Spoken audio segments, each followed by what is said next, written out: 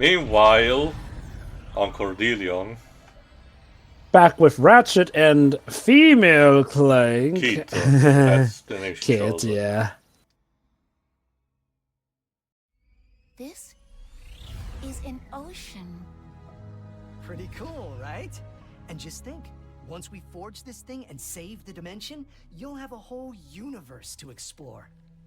How are you not afraid of the future? Well, because regardless of warnings, the future doesn't scare me at all. Well, it's a good thing, Kit, this is not the Chainsaw Man universe, because that fear is one of the worst that humanity is haunted by.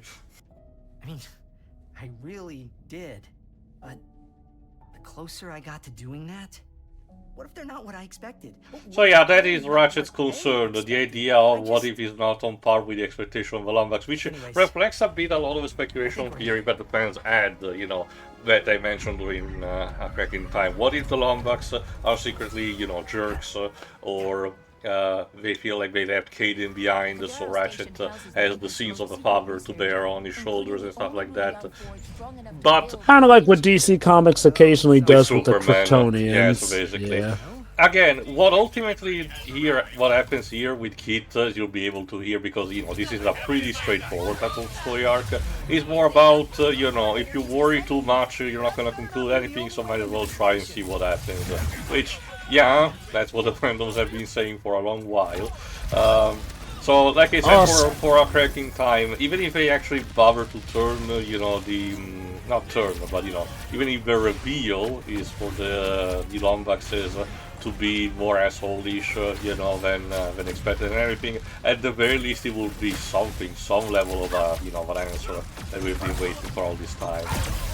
I'll give credit to the story also for not playing chicken with the concept. Like, I like that Ratchet is still considering the possibility that they could use the Dimensionator to find the other Lombaxes, instead of him going, nope, that's it, we're absolutely only using it to fix things and nothing else, essentially. Like, again, I do appreciate that it does hint that the writers might at least be willing to, you know, go outside the status quo if it comes to that. Oh yeah, that is pretty much, like I said, what they want to do, instead of actually falling too much into the more typical cliché. Although, like I said, this in turn, just as similar to Clank facing some of his own insecurity, there's also Ratchet needing to have a sort of improv therapy session with other characters. And like, again, it seems that this is the modus operandi for solely protagonists these days. Get a therapy.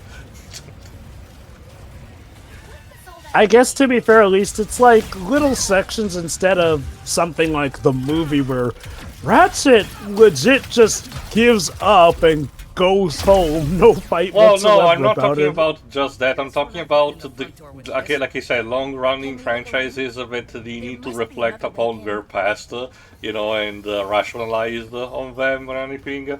It's not even a case of they're individually they're bad things. It's just that these days, you know, it seems that almost every running franchise trying to Sony needs to have this level of introspection before moving forward with whatever. Like I said, and we discussed, you know, it works very well for God of War because that's the entire part of Kratos' backstory, you know.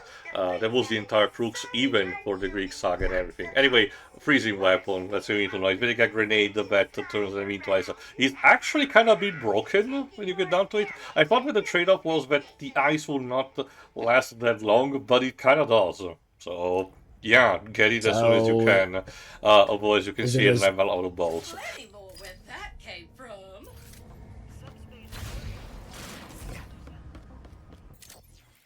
But again, it kind of gets comical when you put all of them together, both for the long-running stuff and the new ones, you know, like Horizon, Days Gone, and the Ghost duology, the Ghost of Japan duology for now. So I know it's technically not Sony, but Resident Evil really does come to mind with how the long-running protagonists deal with it. It's the unfortunate thing of Sony games starting with Uncharted on the PS3, starting to heavily influence what quote-unquote AAA, you know, games tend to do.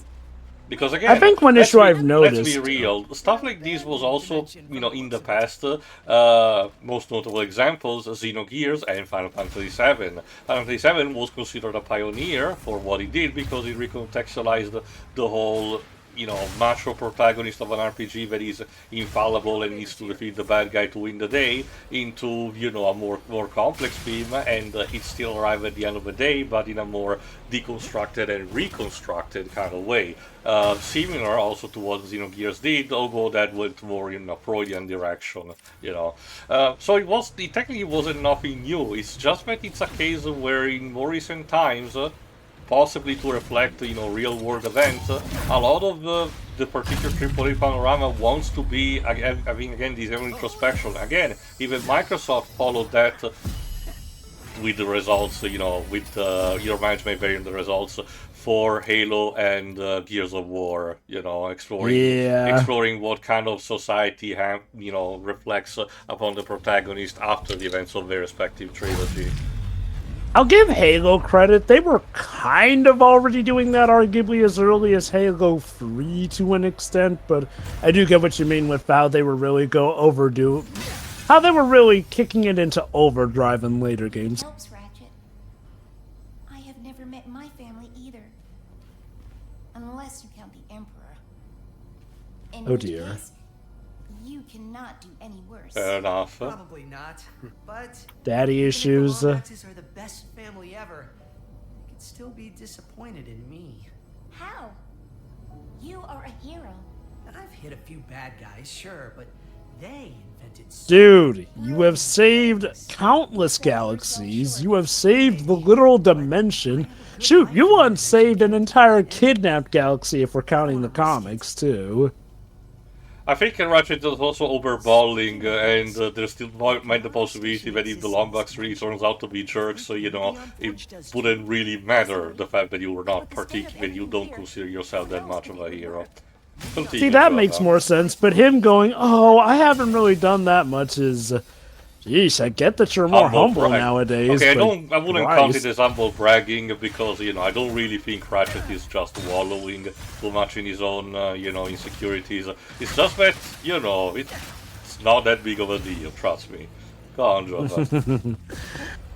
Yeah, no, like I feel like again, some companies I feel suddenly felt a need to go more realistic, and suddenly they couldn't just be, oh, we can't just have our characters go around and be awesome. We have to really show that they're still human by having them question their motivations every step of the way, or have them question, was it really right that I did this, or God, was I being an idiot back then or not? Again, also Shadow of the Colossus was also a pioneer on that on the PS2, but we run into that phrase from The Incredibles, when everyone does that, no one will. To an extent. You know what that has me imagine? Imagine if Duke Nukem had survived long enough for them to actually deadass try and do a more realistic and thought-provoking take on Duke Nukem of all people, and have him question about how he may have been a bit of a sexist, and how he didn't truly appreciate life, and how he should have treated women better, which... Yeah, I get it. Duke Nukem was kind of outdated and everything, but... in a sense, it kind of does feel weird if suddenly the series is questioning itself like it's not actually a story, but like someone's think peaks essay. Especially considering the kind of writers Gearbox employs. So, no thank you. Jesus they Christ. They did try to do, not necessarily what you described, but something like that for Homeworld 3, and it's bad. Like, really, really bad.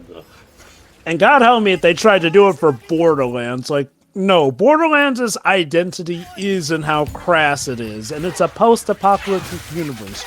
You can't have people suddenly questioning about, oh, why were we doing that crazy thing, and not have it come up as... That's what the movie is for, Jova. And notably, it sucked. Oh, God. Again, the most thing I'm aware about is that apparently the director was convinced to do that movie by his dog pooping, and Eli Roth, said that reminded him of Claptrap and all that. There's also the fact that if you don't know much about Eli Roth, he really did not felt like the kind of guy that should have done that kind of movie. I think he should have probably made a Postal movie, after the World War I. But...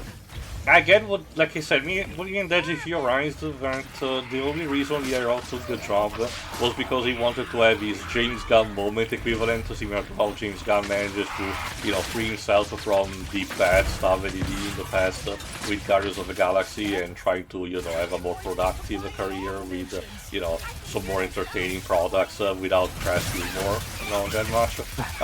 Unfortunately, again, the end result for Borderlands was so bad that Lierov even went away. Oh, look at that! It's a miniature version of one of those rats from All for One. Cute. I was gonna say, is that a dinghy? Sure. But unfortunately, no. Again, it did not work. Lierov even I don't think it was fired, but he kind of quit the production at one point.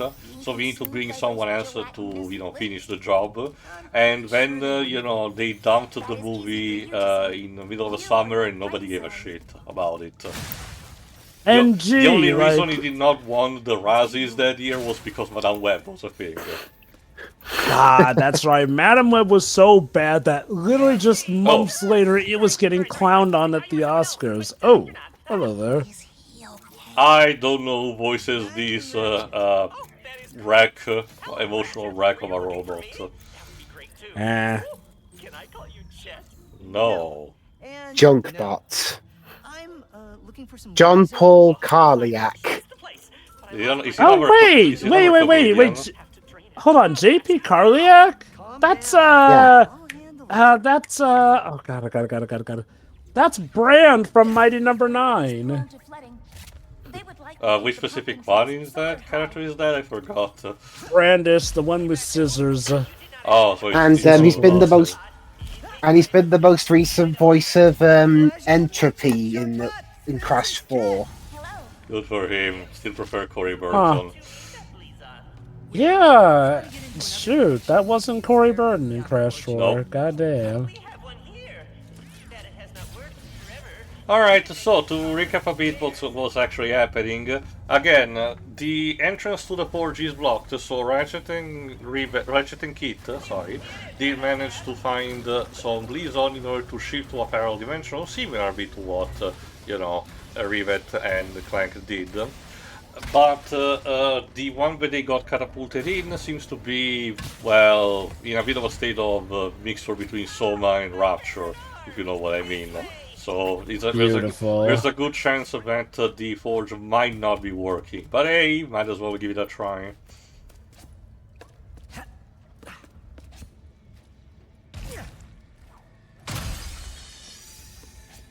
I also love that this specific level has those mushrooms that make you jump that are almost identical to some of the ones that you used in the Spyro games. Again, this game more than anything reminds me more a lot of Spyro, which means probably that the the dev teams, the specific dev team for this felt very nostalgic. But hold on.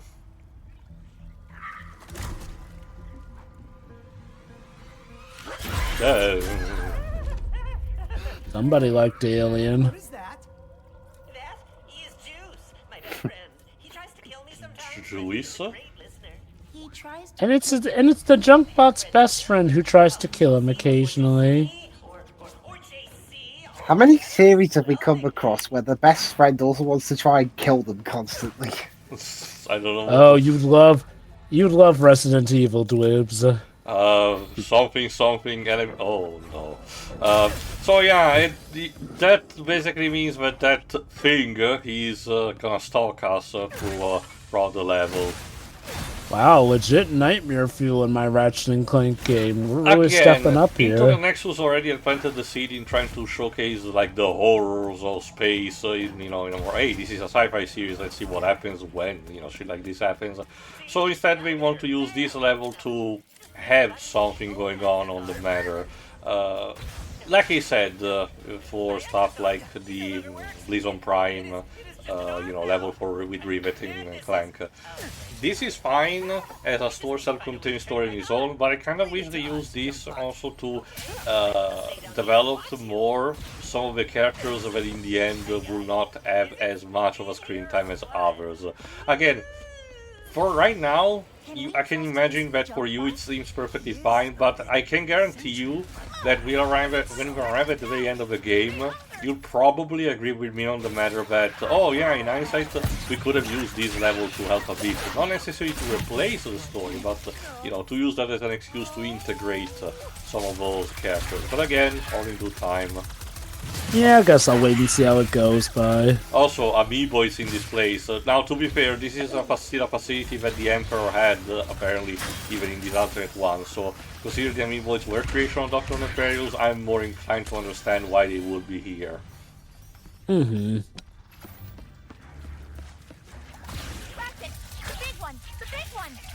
Honestly, I'm actually surprised it took us this long to get an alien parody in Ratchet and Clank. That's because it tries to be more space opera a la Flash Gordon, first and foremost, being a comedy, so I guess we just took the time to give it a try. Especially because, well, again, okay, the game again was in development for a while, it came out in 2021, but it was in development at least for a bit. And remember, regardless of what you think of that, but even Star Wars Episode 7 did have a segment that wanted to homage this kind of scenario, you know, similar to Ridley Scott's That is true. So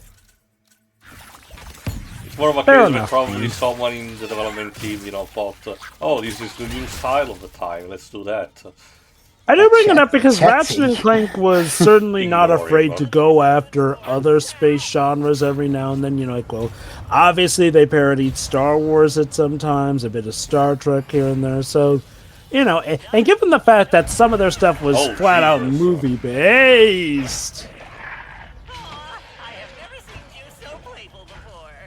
That's playful. Oh, how lucky for us. He's around the station doing his own thing, but he seems to be actively chasing you. I am jealous. Okay then, moving on. Favorite Blizon in all of the station.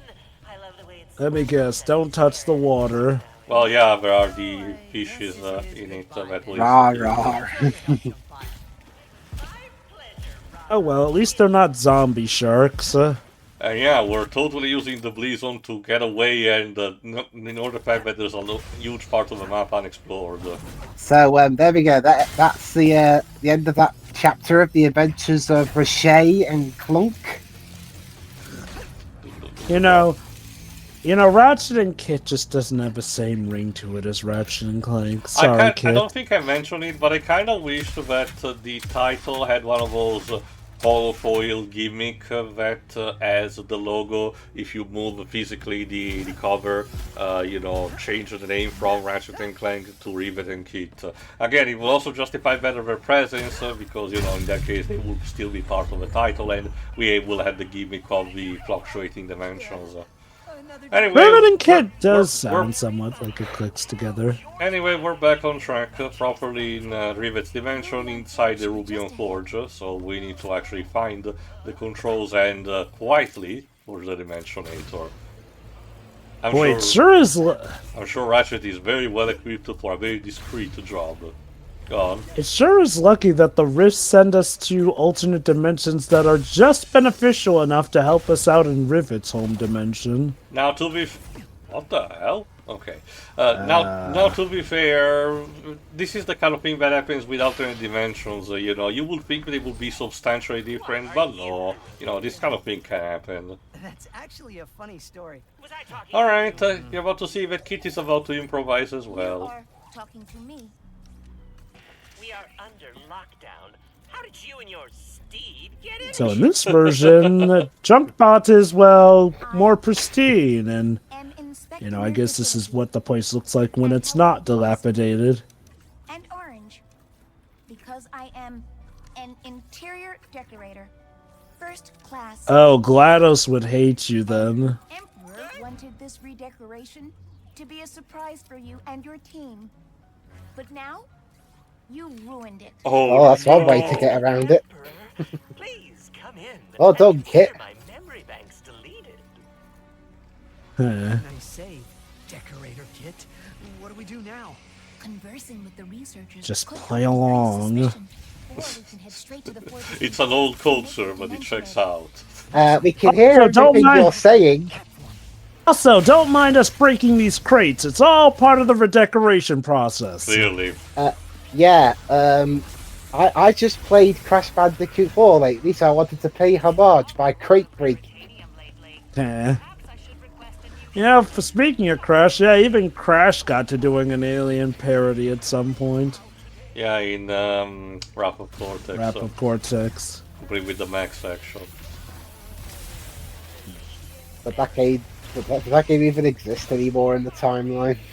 Wow, who knows? I mean, it could possibly. Crash 4 'Cause, is I about mean- time basically puts a bit of a shrug in what happened in the original set of sequels. Because one of the endings, does acknowledge them, but it kind of treated more as a joke. Like, if I recall correctly, Crunch is implied to still be a thing in Crash 4, and. Okay, Nina. like that. Yeah, Nina also technically shows up in that. God, I forget if it's the ultimate or 100% completion. Yeah, but the one that I whichever was one that talking has. about, which is kind of more of a joke than anything. Yeah. Alright, it's time to, if I recall correctly, finally try to forge the Dimensionator. Here we go.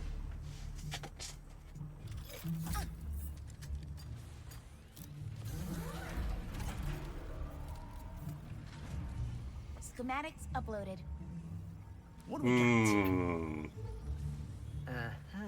Are you sure that's a safe button to press? Ratchet, what are you doing? Are you winging this? Come on. It's self-destruct initiated.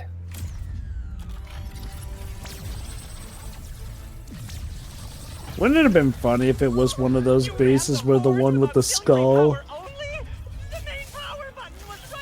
There you go. Classic Futurama type of joke. So he was supposed to press that one. To be fair, it felt really unclear. I mean, they both look the same. No, there was a skull, but on one of them, so... But to be fair, yes, we could have had a different color. Like, if the joke was that the skull button was also red, it probably would have been even better. Anyway, unfortunately, that means the security is here to get us out, so we need to, work accordingly. At least they greet us when they try and take us captive. Remember, the Emperor's troops have this kind of, campy side to them. I don't know what the Emperor thought in programming them, but the result is part hilarious, part disturbing. He wanted his guards to be ultra polite, even to those that they torture. What a gentleman.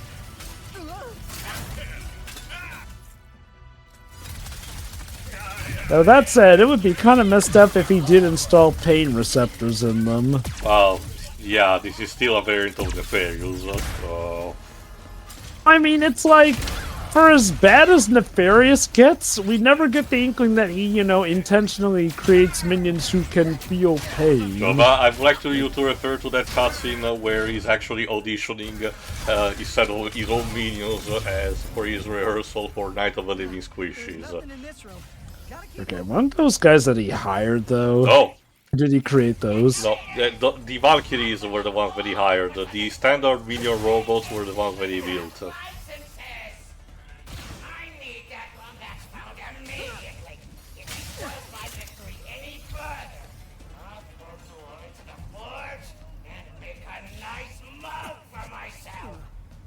Rubion Forge has been destroyed, sir.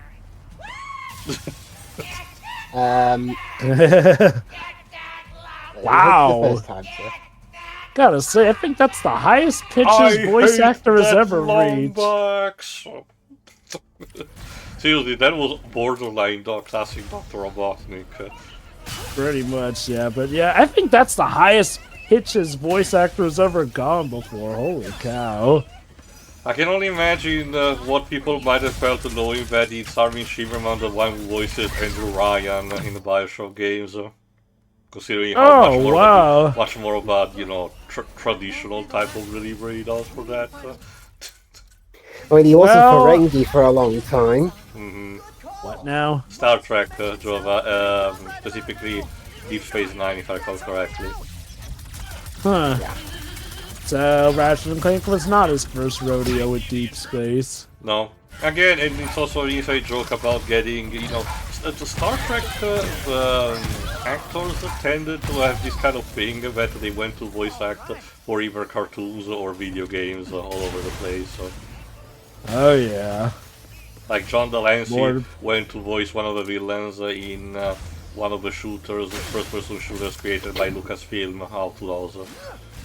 And Patrick Stewart has a regular role on American Dad where he says the most unhinged stuff. It's hilarious.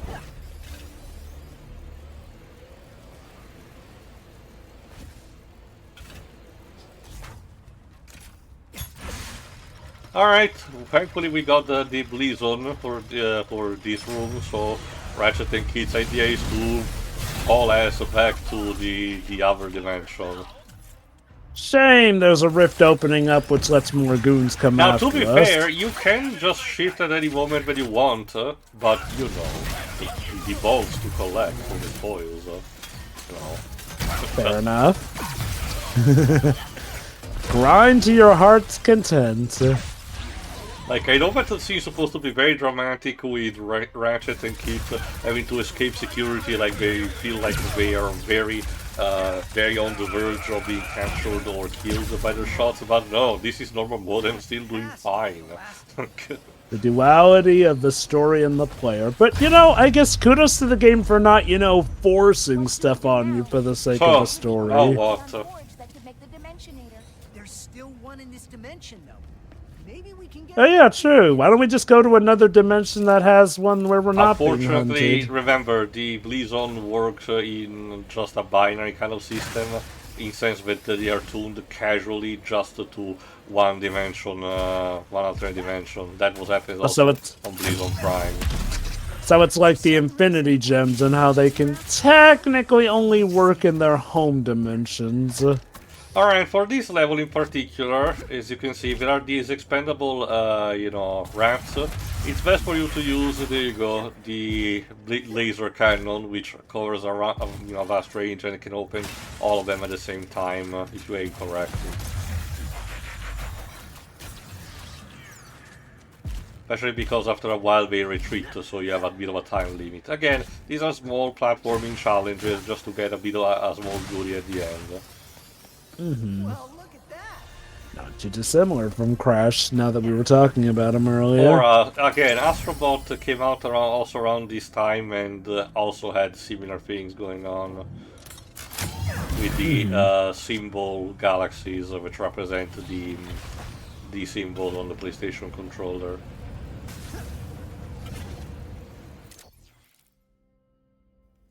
Alright, let's go talk back to Junkbot.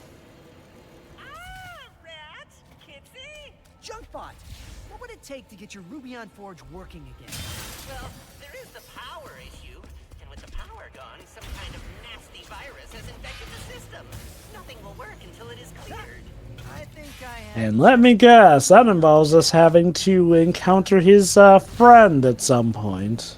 Well, for now, as he himself mentioned, there has been a virus in the system, so we need to use glitch again. And if I recall correctly, this is the last obligatory section where we need to use them. Sorry. After this, there are only two other sections where you can use glitch, but they are optional in order to collect gold balls. So I will still show them, but just to mention. What a weird thing to do with a new alien introduced character. Like, I know that she's technically minor, but I don't know, this would feel like if we only had, like, 2 sections where Clank did his thing in the original Ratchet Clank game, where, no, that was, like, you know, a good chunk of it.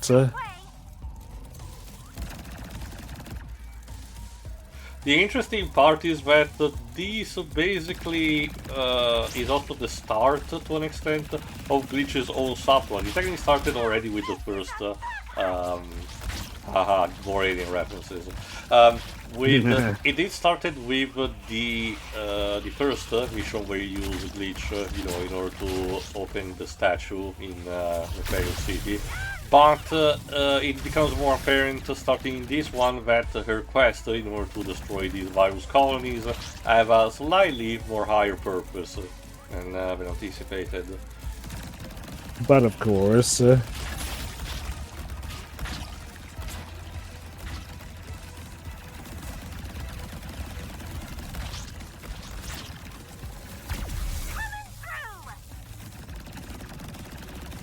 funky.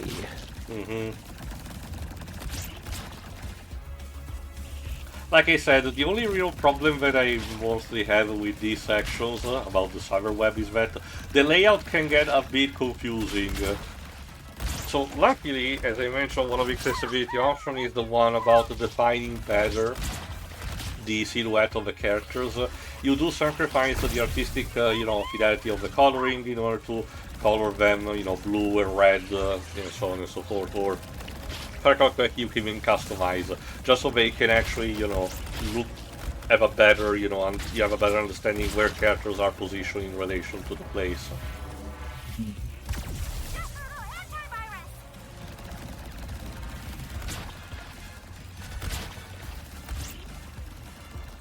You also have to pay attention because Glitch does not particularly have invincibility frames, so if the small viruses start swarming you and eating away at your health, you can potentially have all of your health bar being sapped like that. Also, get it? She's a robot spider having to deal with cyber bugs. It's hilarious, shut up. Although, one thing I've always found funny is, like, well, in some cases, she's a hacker, but we're supposedly dealing with the viruses. But when you think about it, wouldn't we technically be the viruses going up against the system trying to protect itself? Well, no, think of it instead of an antivirus being injected into an organism to actually cure it from them. That does work. Okay, to be fair, I don't think I ever asked you, Joe. Have you ever seen Osmosis Jones? Oh, yes. The movie and the show. Okay, so you get the idea. It's kind of like with Drix and all.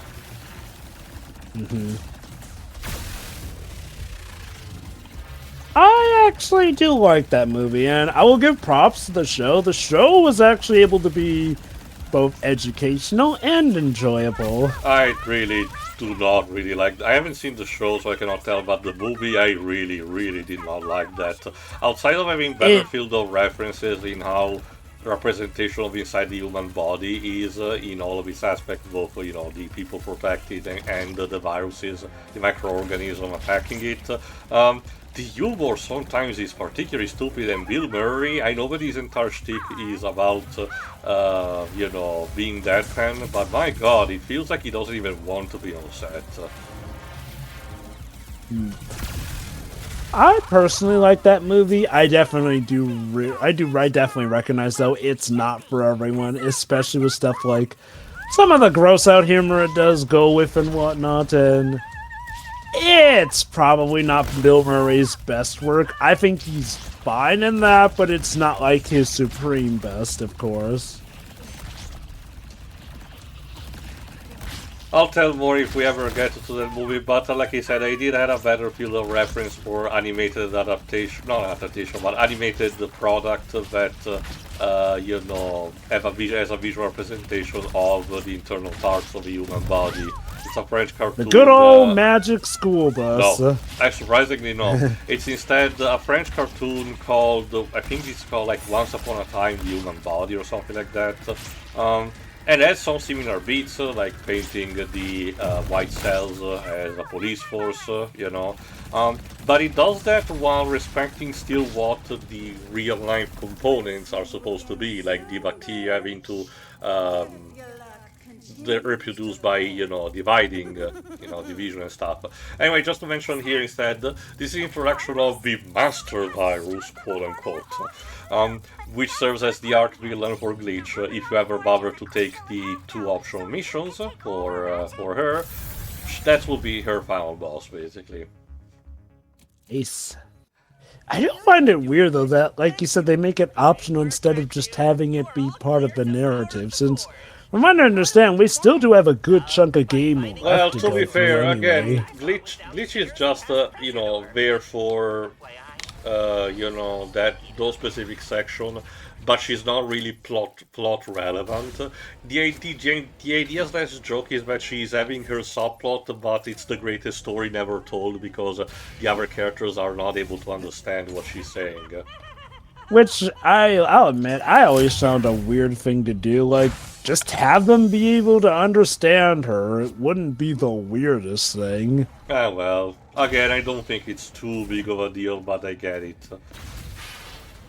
I think it is tied to an issue you mentioned earlier, though, in that sometimes this game has a bit of weird priorities with what it wants to characterize or actually give character in its story versus what it now it's actually time does. for the proper case actually, and the game pretty much tells you by the fact, conveys that by the fact that the door very, very slowly opens on pressure plates. Right there, it basically pretty much tell you, yeah, it's gonna be one of those actually. Joy. Is Junkbot messing with us? Maybe we can just venture through the alternate. Oh no, we've been caught in the anti-gravity trap. Shit, I was stuck between two objects in the background. How could this be? Solution? Now, let's find us some Bleezon. Jesus. Also, apparently I have canisters of mayonnaise floating around. Yum yum. Oh no. Is that? Oh. Oh well, it's not too big of a deal, you know, this is still a game and that is still a monster, you know, I have an entire fucking arsenal, how hard can it be? You know. Maybe we should just leave him be? Sorry Drova, I'm about to enforce my second amendment. Oh. Ah, the Dwibs method, got it. Well, apparently, because they want to have, you know, this section to be actually scary, apparently the monster is just completely immune to your entire arsenal. Why? Because fuck you, that's why. Like, Jesus, what is this? The ultimate life form? He can just resist all attacks? Like, I get it what they wanted to do in order for you to have tension and having to realize something instead of just shooting it, but I don't know, it feels to me it should have had a more, you know, classic kind of, you know, way of being told. But the idea is that, if you noticed, this was actually leaking some of the stuff, that mayonnaise that is leaking from the container. So, you can use those to distract it. And you're gonna need it because, obviously, you cannot just lock the thing inside a room. Again, this section takes a lot of inspiration from Soma, of all things. Maybe we can power down the locks. Resident Evil logic dictates that he has a weakness, but it has to be a very specific weapon that was designed just for him in mind. Yeah, I cannot really picture Ratchet having to say, you want stars, I'll give you stars. I forgot, did Jill even said that in Arif Remake? She does, but she says it in a sequence that can get interrupted mid-hit and everything. It's so lame. Okay. Well, at the very least, it's more than what Leon got in RE4 Remake, because, you know, they kept the where's everyone going bingo line, but that's kinda it. You know, a lot of the other quip lines from 4 are completely gone. I'll admit, I'm kind of in the camp who thinks RE4 did not really need that remake, or at the very least, Code Veronica needed the remake more well, than it's probably 4 gonna get that treatment anyway, so there is that. Again, it seems to me more by the idea that Capcom is just planning to remake at this point the entire mainline series, so we'll have to see now, how what that I turns wonder... out. Now, I got a good idea of how they'll do 5, since 5 basically uses 4 structure, but the million-dollar question is, how are they going to try and redeem/remake 6 into something that, you know, people actually like? I don't know what to tell, because see, here's the thing, I don't know what the general consensus was completely with 6, but the real problem that I did had was that more on the gameplay side rather than, you know, its story elements, because it was still wrapping a lot of things, you know, from the past games. And honestly, I did not have too many problems with that. We were seeing, you know, Leon having to deal, still being a government agent and what to deal with it, and having suffered with Helena, you know. Chris having to deal with the fact that every single person around him, you know, dies in a horrible fashion. Yeah, I would have, you know, wouldn't have minded if they, in order to convey the point, did not have, you know, the twink having to be sacrificed by that.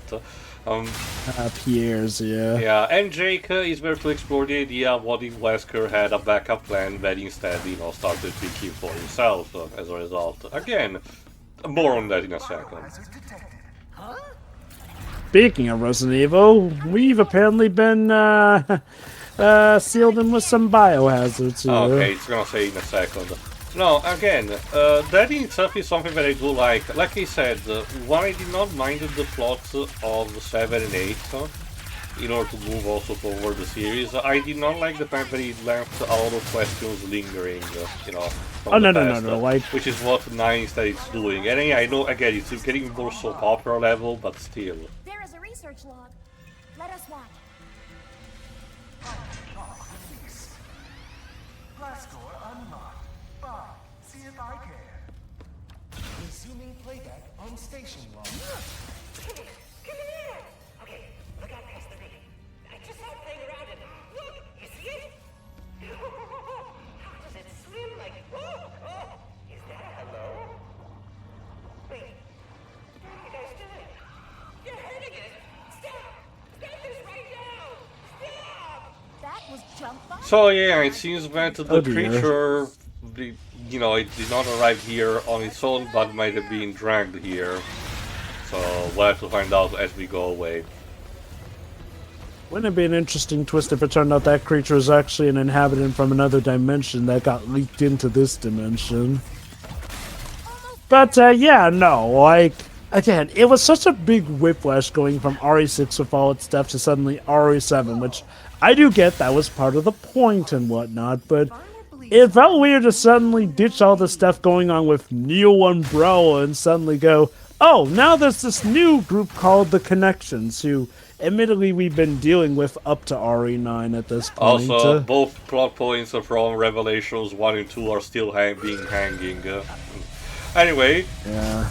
returning after God knows how long, an underwater section with Ratchet using his own O2 mask. Whee! You know, I joked about this being Alien, but I am seeing quite a few comparisons between this and the Resident Evil series, actually, horror-wise. Also, it's a good thing that the pressure is not crushing my bones to dust. Oh, you see, it's all part of how the space station was created. They figured this thing could come, so they had an anti-pressure device. So yeah, this is also the only underwater section that you get, so it's there just for a set piece, but it's, technically speaking, it's not that much different from when Rivet was on Blizzon Prime. Hold on, this. Wow. Sorry. Even joyful. So when you asked to become partners, I did not want to risk things either. Yeah, that is a good point. I am glad I did. Thanks, kid. Aww. That means a lot. Also, it sure is good I can run and jump just as if I was, you know, above water. I can be the one. Not the same, because you're still wearing the magnet boots. Anyway, for this dialogue, I kinda like it, because Kit is comparing her experience to, you know, to Ratchet's, and, you know, I agree with that, you know, it's just, what I said at the beginning of the part is more of a case of, you know, what happens, happens, but give it a try. Yeah, it's like, you know, again, in a sense, Also, like with cardinal rule averted from shooters, if you use the electric weapon, you do not actually injure yourself.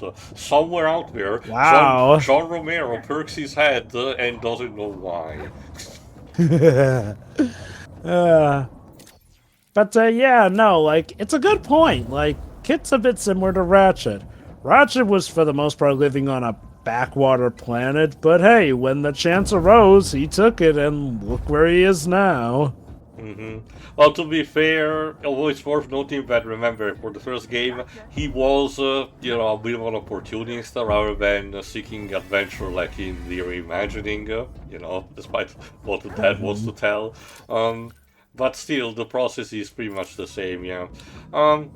I haven't mentioned much about the rewards that you've gotten with the recent gold boats, because again, it's a lot of aesthetic stuff like having different weapon types for both Ratchet and Rivet, stickers that you can use for the photo mode, which I didn't even bother because I don't particularly care about photo modes in video games, I'm sorry.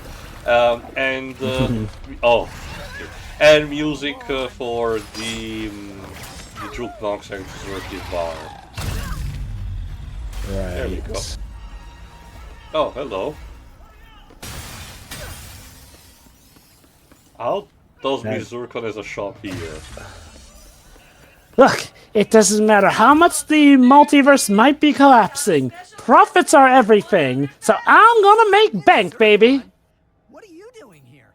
If Zircon Jr. wants to study existential economics at Bogo Wow, University, weird then by specialization. goodness, I will make sure we can afford it.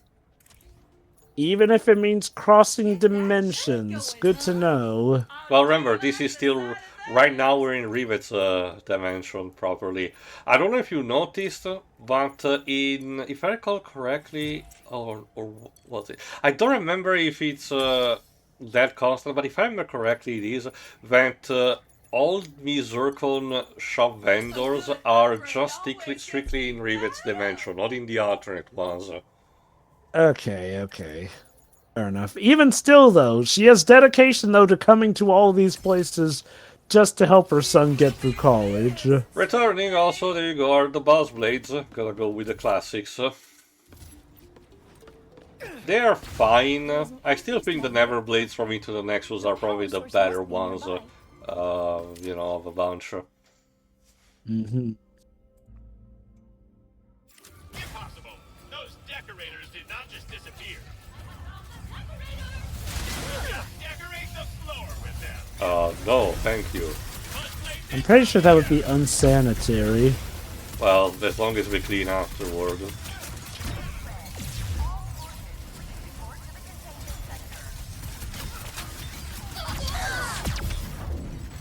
Ow. It's fine.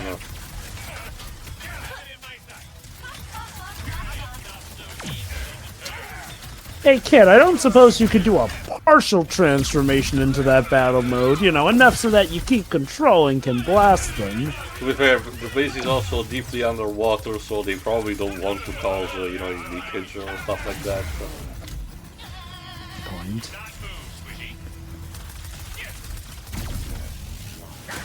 Sorry, I have to move. It's the only way I can keep you from hitting me.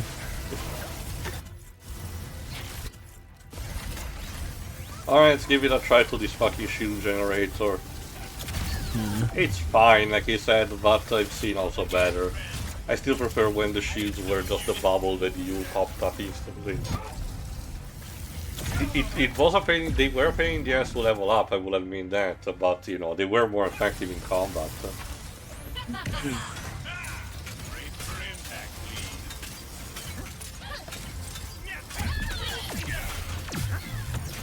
Also, I haven't talked much about these, the new enemy type, these little remote control like cars that have free,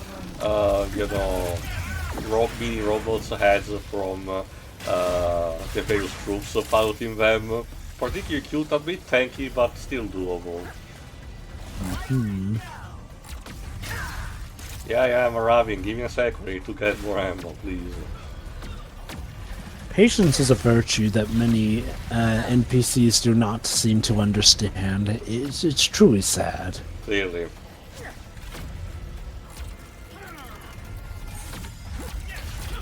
Which makes me wonder, do NPCs hate scripted cutscenes just as much as we the players do? I wonder. Well, probably not the ones in Lightning Returns, considering they pass through, the time. Oh! So yeah, here's what happened. The monster, the sea monster Juice, apparently even... Oh, what the fuck? Even in the other dimension was actually captured by the Emperor Fails and used as a living battery. In this dimension they're still torturing him. In the other one, it seems that the creature got free. So... Perhaps that's why he's immune to all our attacks. The energy, I guess, must have backfired and given him that invincible nature. It's more of a creature that emits energy, apparently, so maybe it's just very powerful. So yeah, his suggestion was just to free Juice, this version of Juice, and apparently it did work, because instead of turning against us, just for now it's destroying the Empire's troops. See, Juice, we're friends. You don't need to turn on us after you deal with those moves. Really.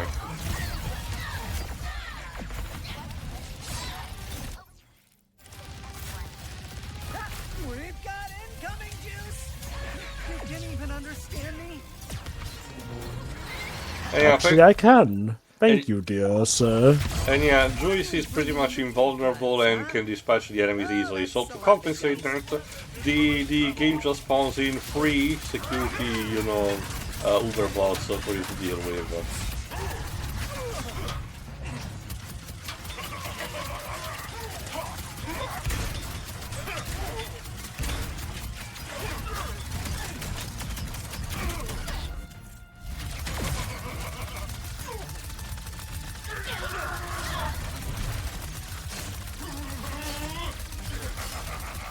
Temporary setback. Yeah, sure it is. There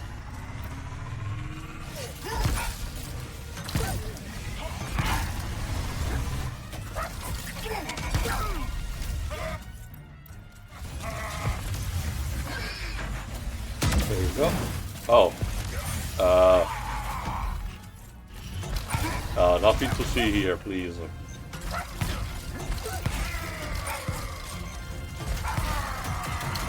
regret this in...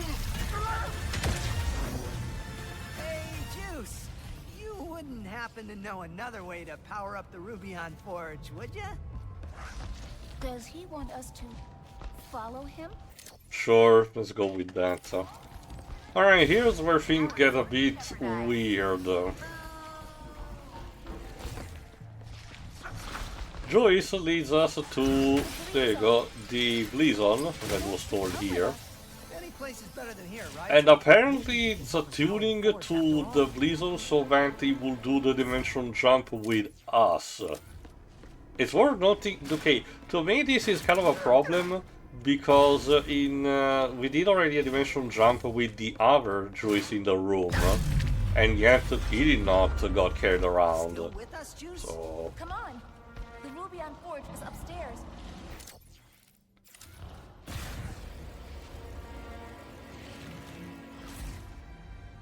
uh-oh. It is me, good old JB.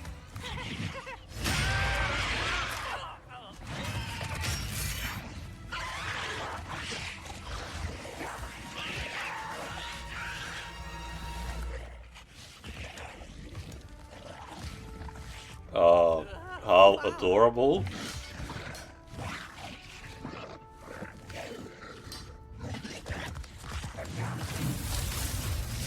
And there you go, because they can emit energy, they power up the Rubion Forge so that Ratchet and Kid can actually forge the Dimensionator. Schematics uploaded.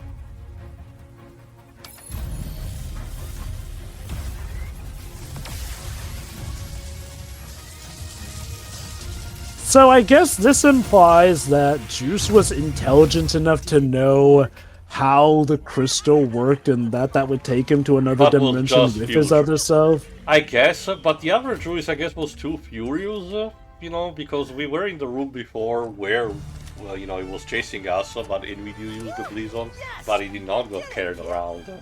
Anyway, Yeah, I feel like there was a cutscene or some lore missing there. what matters is that we forge the Dimensionator and we can go, you know, to round up with Rivet and Clank.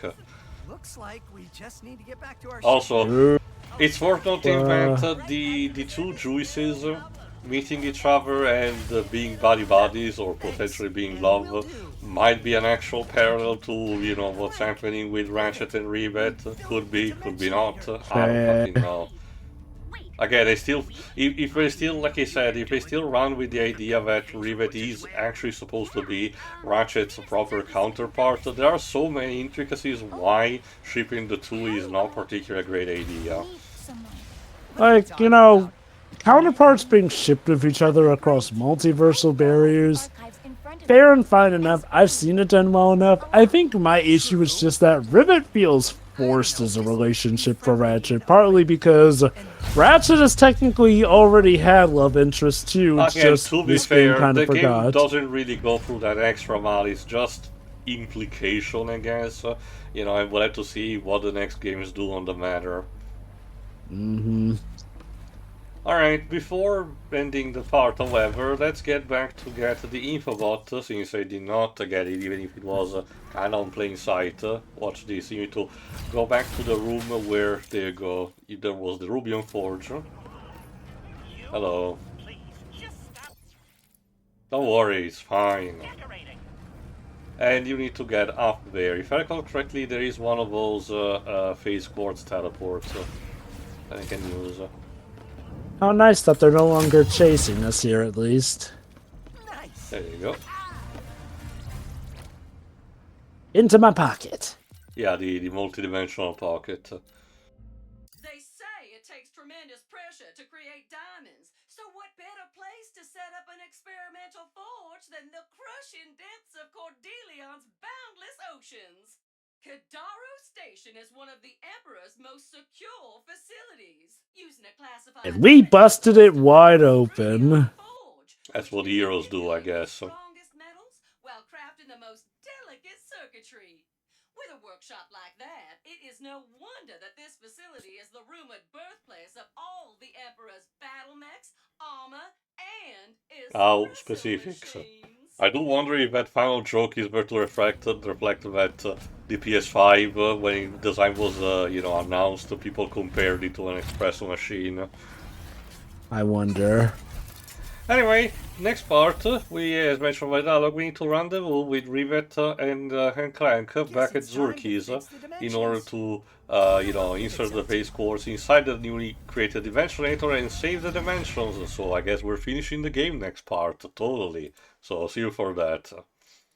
Alright, see you then.